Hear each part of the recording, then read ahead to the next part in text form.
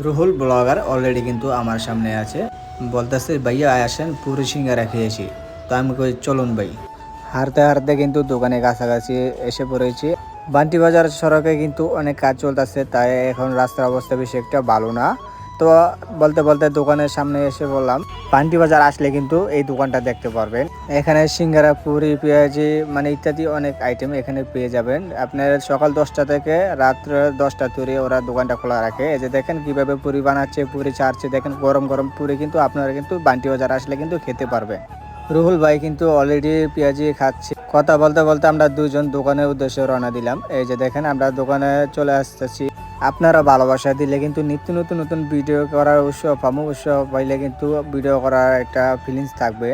বলতে বলতে দোকানের সামনে এসে বললাম যে রুহুল ভাই কিন্তু আবারও পেঁয়াজি খাচ্ছে। অলরেডি কিন্তু আমার দোকানে ঢুকে গেছে। চাইলে কিন্তু আমার দোকানে এসে আপনারা কিন্তু পাইকারি হোলসেল কিন্তু রুহুল ভাইয়ের মতন কিন্তু আমার থেকে 3 পিস নিতে পারেন। তো আজকের ভিডিওটা পর্যন্ত। আসসালামু আলাইকুম।